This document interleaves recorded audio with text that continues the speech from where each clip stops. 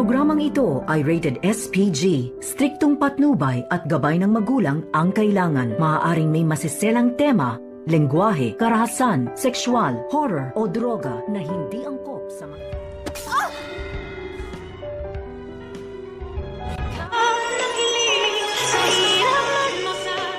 Narito na nga ang ating pakaabangan ngayong Lunes sa abot kamay na pangarap. Dahil sa nangyari nga dito ni Lynette na nakita niya muli ang lalaking ng loob sa bahay nila ni Carlos, ay dito naman na tila bumabalik itong trauma at takot ni Lynette. Buti na lamang ay dumating itong si RJ at napakalma itong si Lynette. Subalit maya-maya nga ay naiwan ni Lynette ang cellphone sa lamesa at nagpa siya nga itong mag-restroom. Ay dito naman napansin ni Diyosa na may tumatawag at walang iba kundi itong si Doc Carlos. At sinagot naman ni Diyosa ang tawag ni Carlos at nalaman nito na magkasama nga sila dahil nagtataka itong si Carlos na kung bakit si Diyosa ang sumasagot sa cellphone ni Lynette. At dito nga na ipinaliwanag ni Diyosa kay Carlos na nagpapasama nga daw siya dito sa dumalaw sila dito sa libingan dito nga ni Cromwell. At dito nga na sinabi ni Carlos kung nasaan sila at pupuntahan daw niya ito. At ibinigay nga dito ni Diyosa ang address. Subalit dito naman na nag-aalala ulit itong si Lynette na baka maabutan nga sila dito ni Carlos na magkasama itong si RJ.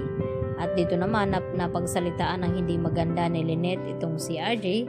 Kaya agad na sinabi ni Diyosa na hindi tama ang ginagawa dito ni Lynette. Dapat humingi daw ito ng pasensya dito nga kay Dr. Nyang. Kaya agad naman na pinuntahan ulit dito ni Lynette itong si RJ at humingi ng pasensya.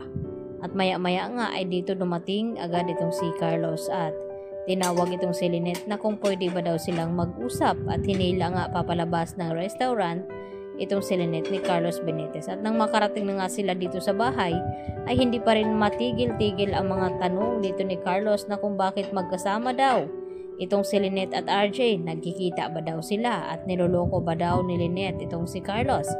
At ang sagot naman dito ni Lynette sa kanya na hindi nga raw dahil nagkataon lang na naroon din itong si RJ sa restaurant dahil nanggaling nga ito sa presinto ng mga kapulisan. At hindi naman naniniwala itong si Carlos sa mga sinasabi nga dito ni Lynette. Kaya dito naman na nag-inom itong si Carlos at dahil sa tindi ng galit ay agad niyang naibato itong baso na tumama naman dito sa braso ni Lynette. Kaya agad na natakot itong si Lynette dahil nakakita nga siya ng dugo dito nga sa kanyang braso at nagulat itong si Carlos sa kanyang ginawa. At nasaksihan na nga ito ni Diyosa dahil sinundan naman ni Diyosa itong si Lynette at Carlos na baka kung ano ang gawin dito ni Carlos kay Lynette. At hindi nga nagkamali dahil nasaksihan nga ni Diyosa kung anong klaseng tao nga itong si Carlos at nominal trato at sinaktan pala itong si Lynette. Kaya mas nadagdagan nga ang trauma ngayon dito ni Lynette. Samantala, labis naman na nag-aalala ngayon itong si RJ dito sa kalagayan ni Lynette na dapat daw ay hindi pababayaan ni Carlos itong si Lynette dahil nasa sitwasyon nga ito na dumadanas ng trauma. At dahil sinabi rin dito ni Doc Meneses na si Carlos nga ang asawa ni Lynette, ipaubaya na daw dito kay Carlos ang pag-aalala dito ni RJ dahil wala na nga siyang magagawa pa kahit anong gawin dito ni RJ dahil nag-asawa na nga itong si Lynette. Kaya hindi nga nagkamali itong si RJ dahil sa nagawa na nga saktan itong si Lynette dito nga ni Carlos Benitez.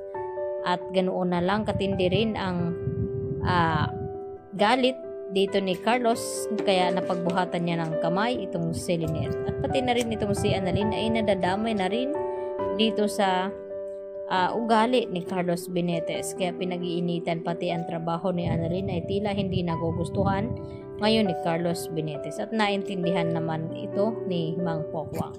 Kaya yan ang ating pakatutukan bukas sa Lunes mga kapuso kung ano magiging kahinatnan dito nga sa nangyari kay Lynette. Yan lang po at marami pong salamat sa inyong panonood.